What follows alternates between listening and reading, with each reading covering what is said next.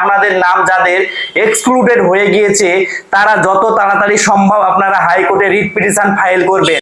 আপনারা যে সমস্ত ভোটাররা ট্রাইব্যুনালে আপিল ফাইল করেছিলেন, আপনাদের এখন স্ট্যাটাস চেক করলে দেখা যাচ্ছে তিনটি জিনিস দেখা যাচ্ছে। তো এই তিনটি জিনিস নিয়ে আপনারা আমাকে ভিডিওতে অনেকেই কমেন্ট করে থাকেন যে দাদা এই জিনিসগুলো আসলে কি, আমরা কিছু বুঝতে পারছি না, অর্থাৎ আমাদের নাম আদৌ উঠছে কি উঠছে না একটু আমাদেরকে একটু ক্লিয়ার করে বলেন। তো আপনাদেরকে জানিয়ে রাখি তিনটি জিনিস হচ্ছে, আপনারা যখন স্ট্যাটাস চেক করছেন অনলাইনে তখন আপনাদেরকে প্রথমত দেখাচ্ছে ইনক্লুডেড, দ্বিতীয়ত দেখাচ্ছে এক্সক্লুডেড এবং তৃতীয় যে জিনিসটা দেখাচ্ছে সেটা হচ্ছে পেন্ডিং। তো এই তিনটি জিনিস কি?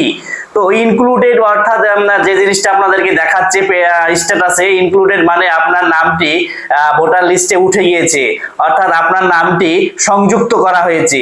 এবং এক্সক্লুডেড যেটা আপনার লেখা উঠছে, এক্সক্লুডেড মানে হচ্ছে আপনার নামটি বাদ দেওয়া হয়েছে, অর্থাৎ আপনার নাম ট্রাইব্যুনাল থেকে বাদ চলে গিয়েছে। এবং পেন্ডিং যে অবস্থাটি রয়েছে বা পেন্ডিং দেখাচ্ছে সেটাতে আপনাকে এখনো পেন্ডিং রয়েছে, মানে আপনার এখনো নামপত্র যাচাইপত্র এখনো সম্পন্ন হয়নি, সেই জন্য সেটা পেন্ডিং দেখাচ্ছে। তো আমি আপনাদেরকে বলতে চাই আপনাদের নাম যাদের এক্সক্লুডেড হয়ে গিয়েছে তারা যত তাড়াতাড়ি সম্ভব আপনারা হাইকোর্টে রিট পিটিশন ফাইল করবেন, কারণ বেশি দেরি হয়ে গেলে কিন্তু আপনাদের পরে সমস্যা হতে পারে। তো আপনারা যারা এক্সক্লুডেড দেখাচ্ছে আপনাদের স্ট্যাটাস, আপনারা যত তাড়াতাড়ি সম্ভব আপনারা হাইকোর্টে রিট পিটিশন ফাইল করুন। আপনাদের সমস্ত ডকুমেন্টস বা নথিপত্রগুলোকে সাজিয়ে গুছিয়ে উকিল বাবুর সঙ্গে আপনারা সাক্ষাৎ করুন।